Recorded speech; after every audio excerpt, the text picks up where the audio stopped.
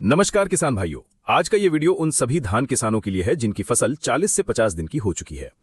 ये वो समय है जब आपके पौधे की नींव रखी जा चुकी है, कल्ले जितने बनने थे बन चुके हैं और अब फसल उस निर्णायक मोड़ पर खड़ी है जहां से आपकी मेहनत का असली फल तय होगा। अगले 40 से 50 दिन ये फैसला करेंगे कि आपकी बालियां लंबी होंगी या छोटी, दाने पूरे भरेंगे या खाली रह जाएंगे और अंत में आपकी पैदावार सामान्य रहेगी या दोगुनी हो जाएगी। बहुत से किसान भाई शुरुआती दौर में तो खूब मेहनत करते हैं, लेकिन फसल की इस सबसे महत्वपूर्ण अवस्था में आकर कुछ ऐसी गलतियां कर बैठते हैं जिससे उनकी पूरी मेहनत पर पानी फिर जाता है।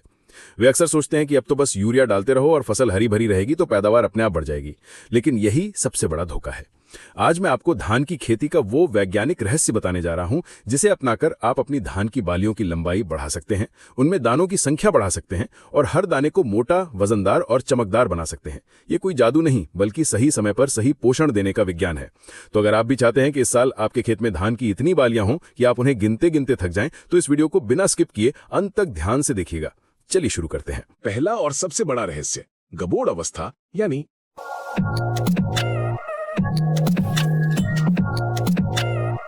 बूटिंग स्टेज का सही प्रबंधन। किसान भाइयों, आपकी फसल जब 40 से 50 दिन की होती है तो इसके कुछ ही समय बाद वो अपनी सबसे नाजुक और सबसे महत्वपूर्ण अवस्था में प्रवेश करती है, जिसे हम गबोड़ अवस्था या पोट्री अवस्था यानी बूटिंग स्टेज कहते हैं। ये वो समय है जब धान के मुख्य तने के अंदर पत्तों के घेरे में एक नन्ही सी बाली का निर्माण शुरू हो जाता है। अगर आप तने को नीचे से छू कर देखेंगे तो आपको हल्का फूला हुआ और गोल महसूस होगा। यही वो संकेत है कि बाली अंदर बन रही है और अब उसे बाहर निकलने के लिए भरपूर ऊर्जा और खास पोषक तत्वों की जरूरत है। इस अवस्था में की गई एक छोटी सी चूक भी आपकी पैदावार को 20 से 30% तक कम कर सकती है। इस समय पौधे को नाइट्रोजन यानी यूरिया की बिल्कुल भी आवश्यकता नहीं होती। अगर आप इस समय यूरिया डालते हैं तो पौधा अपनी सारी ऊर्जा बाली बनाने की जगह फिर से पत्ते और अपनी लंबाई बढ़ाने में लगा देगा। इससे पत्तों में नरमी आएगी, जिससे फंगस और कीटों का हमला बढ़ने का खतरा कई गुना बढ़ जाएगा।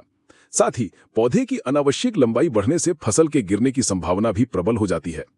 तो सवाल ये उठता है कि इस समय पौधे को क्या देना चाहिए। यहीं पर हमारा पहला सीक्रेट काम करता है, एक चमत्कारी स्प्रे का। इस अवस्था में हमें एक ऐसा स्प्रे करना है जो पौधे को तुरंत ऊर्जा दे और बाली के विकास में सीधी मदद करे। इसके लिए हम दो शक्तिशाली चीजों का इस्तेमाल करेंगे, NPK 0-52-34 यानी NPK 52-34 और बोरोन। आइए विस्तार से समझते हैं कि ये दोनों इस अवस्था में क्यों इतने जरूरी हैं।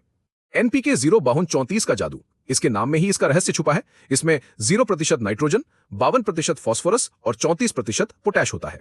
52% फास्फोरस को पौधे का एनर्जी करेंसी कहा जाता है। यह पौधे के अंदर ऊर्जा बनाने और उसे एक जगह से दूसरी जगह पहुंचाने का काम करता है। गबोड़ अवस्था में जब तने के अंदर बाली का भ्रूण बन रहा होता है तो उसे सबसे ज्यादा ऊर्जा की जरूरत होती है। फास्फोरस यह सुनिश्चित करता है कि बाली लंबी बने, उसमें ज्यादा से ज्यादा दानों के लिए जगह बने और बाली का विकास तेजी से हो। यह एक तरह से बाली के पूरी संरचना का ब्लूप्रिंट तैयार करता है। 34% पोटैश पौधे का ट्रांसपोर्ट मैनेजर है। इसका काम है पत्तियों में बने भोजन यानी स्टार्च और शुगर को पौधे के उन हिस्सों तक पहुंचाना जहां उसकी सबसे ज्यादा जरूरत है। गबोड़ अवस्था में यह भोजन को सीधे बन रही बाली तक पहुंचाता है। इससे बाली स्वस्थ और मजबूत बनती है। साथ ही पोटैश पौधे के तने को भी मजबूती देता है ताकि जब बाली दानों से भर जाए तो उसके वजन से पौधा जमीन पर ना गिरे। बोरोन की भूमिका, बोरोन एक सूक्ष्म पोषक तत्व है, लेकिन इस अवस्था में इसका काम बहुत बड़ा है। बोरोन परागण यानी पॉलिनेशन की क्रिया के लिए अनिवार्य है। जब बाली बाहर निकलती है और उसमें फूल आते हैं तो नर और मादा फूलों के मिलन से ही दाना बनता है। बोरोन पराग कणों को स्वस्थ और जीवनक्षम बनाता है और परागण की प्रक्रिया को सफल बनाता है। अगर बोरोन की कमी होगी तो परागण ठीक से नहीं हो पाएगा और आपकी बालियों में दाने बनने की जगह खाली जगह यानी पोचा रह जाएगी। आपने अक्सर देखा होगा कि बालियां तो लंबी होती हैं लेकिन उनमें बहुत से दाने भरे हुए नहीं होते। इसका एक मुख्य कारण बोरोन की कमी ही है। कैसे और कितना प्रयोग करें? आपको प्रति एकड़ के हिसाब से 1 किलोग्राम NPK 0-52-34 और इसके साथ 100 से 150 ग्राम 20% वाला बोरॉन लेना है। इन दोनों को अलग अलग बर्तनों में थोड़े पानी में अच्छे से घोल लें और फिर 150 लीटर पानी की टंकी में मिलाकर खेत में समान रूप से स्प्रे करें। ध्यान रहे कि स्प्रे शाम के समय करें जब धूप हल्की हो, ताकि पत्तियां इस घोल को अच्छी तरह से सूख सकें। यह एक स्प्रे आपकी पैदावार की कहानी बदलने की ताकत रखता है। दूसरा रहस्य, दानों में वजन और चमक भरने की कला, मिल्किंग एंड डो स्टेज। गबोड़ अवस्था में सही स्प्रे करके हमने लंबी और स्वस्थ बालियों की नींव रख दी है। जब बालियां पूरी तरह से बाहर निकल आती हैं और उनमें फूल आने के बाद दूध भरने की प्रक्रिया शुरू होती है, तब हमारा दूसरा मिशन शुरू होता है। ये मिशन है हर एक दाने को भरपूर भोजन पहुंचाकर उसे मोटा, ठोस, वजनदार और चमकदार बनाना। इसी से आपकी पैदावार का असली वजन तय होता है। इस अवस्था में पौधे को फिर से एक खास पोषक तत्व की सबसे ज्यादा जरूरत होती है और वो है पोटाश। इस समय फास्फोरस और नाइट्रोजन की जरूरत लगभग खत्म हो जाती है। पौधे का एकमात्र लक्ष्य पत्तियों में बने भोजन को दानों के अंदर स्टोर करना होता है। और जैसा कि हमने पहले जाना, भोजन को ट्रांसपोर्ट करने का काम पोटाश ही करता है। इस अवस्था में हम एक और महत्वपूर्ण स्प्रे करेंगे और वो है NPK 0050 यानी NPK 0050, जिसे सल्फेट ऑफ पोटाश भी कहते हैं। NPK 050 क्यों है जरूरी? इसमें 0% नाइट्रोजन, 0% फास्फोरस और 50% हाई ग्रेड पोटाश होता है। साथ ही इसमें सल्फर की मात्रा भी होती है। 50% पोटाश। पोटाश की यह उच्च मात्रा सुनिश्चित करती है कि पत्तियों में बना हुआ सारा भोजन, शुगर और स्टार्च बिना किसी रुकावट के तेजी से दानों तक पहुंचे और उनमें जमा हो जाए। यह प्रक्रिया जितनी अच्छी तरह से होगी, दाने उतने ही सुडौल, भरे हुए और वजनदार होंगे। जिन किसानों की शिकायत रहती है कि उनकी फसल दिखने में तो अच्छी थी पर मंडी में वजन कम निकला, उसका मुख्य कारण दाना भरने की अवस्था में पोटाश की कमी ही होती है। सल्फर का योगदान। NPK 0050 में मौजूद सल्फर दानों की गुणवत्ता को और निखारता है। यह दानों में प्रोटीन निर्माण में मदद करता है और उनमें एक विशेष चमक लाता है, जिससे आपको बाजार में बेहतर दाम मिलता है। कब और कैसे करें स्प्रे? यह स्प्रे आपको तब करना है जब बालियां पूरी तरह बाहर निकल चुकी हों और उनमें दाना भरने की प्रक्रिया शुरू हो गई हो, यानी मिल्किंग स्टेज। प्रति एकड़ 1 से 1.5 किलोग्राम NPK 0050 को 150 से 200 लीटर पानी में घोलकर समान रूप से स्प्रे करें। एक विशेष ध्यान देने योग्य बात, इस अवस्था में खेत में पर्याप्त नमी का होना अत्यंत आवश्यक है।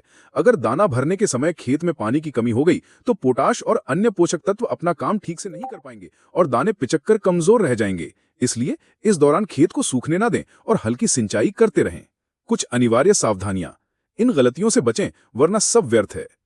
इन तरीकों को अपनाने के साथ साथ कुछ सावधानियां बरतना भी बेहद जरूरी है, नहीं तो आपका सारा खर्च और मेहनत बेकार जा सकती है। फूल आने पर स्प्रे ना करें।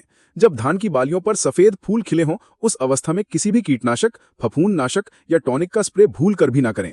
इस समय स्प्रे करने से परागण की प्रक्रिया बाधित होती है, जिससे दाने नहीं बन पाते और बालियां खाली रह जाती हैं। कोई भी स्प्रे या तो फूल आने से पहले करें या जब 80-90% फूल झड़ जाएं, उसके बाद करें। अनावश्यक यूरिया से बचें। जैसा कि पहले भी बताया गया है, 40-45 दिन की फसल के बाद यूरिया का इस्तेमाल फायदे से ज्यादा नुकसान करता है। ये बीमारियों को न्योता देता है और फसल को गिराने का कारण बनता है। कीट और रोगों पर नजर रखें। इस अवस्था में तनाछेदक, पत्ता लपेटक और फंगस जैसी समस्याओं का प्रकोप हो सकता है। नियमित रूप से खेत का निरीक्षण करें और जरूरत पड़ने पर विशेषज्ञों की सलाह से सही दवा का ही प्रयोग करें। तो किसान भाइयों, ये थे वो 2 वैज्ञानिक और अचूक रहस्य जो आपकी 40-50 दिन की धान की फसल की किस्मत बदल सकते हैं। पहला, गबोड़ अवस्था में NPK 05234 प्लस बोरॉन का स्प्रे, जो लंबी और दानों से भरी हुई बालियों की गारंटी है। और दूसरा, दाना भरने की अवस्था में NPK 0050 का स्प्रे, जो हर दाने को मोटा, वजनदार और चमकदार बनाने का अचूक फॉर्मूला है। ये तरीके आपकी लागत में मामूली वृद्धि करेंगे, लेकिन आपकी पैदावार में जो असाधारण बढ़ोतरी होगी वो आपको चकित कर देगी। इस साल आप पुरानी गलतियों को ना दोहराएं, अपनी फसल की अवस्था को पहचानें और उसे वो पोषण दें जिसकी उसे वास्तव में जरूरत है। मुझे पूरा विश्वास है कि इन तरीकों को अपनाकर आप धान की बम्पर पैदावार का अपना सपना जरूर पूरा करेंगे और आपकी सफलता की कहानी दूसरे किसानों के लिए भी प्रेरणा बनेगी। अगर आपको ये जानकारी उपयोगी लगी हो तो इस वीडियो को अपने किसान मित्रों के साथ जरूर साझा करें। आपके कोई भी सवाल या सुझाव हो तो हमें कमेंट सेक्शन में बताएं। आप सभी को आपकी फसल के लिए ढेर सारी शुभकामनाएं।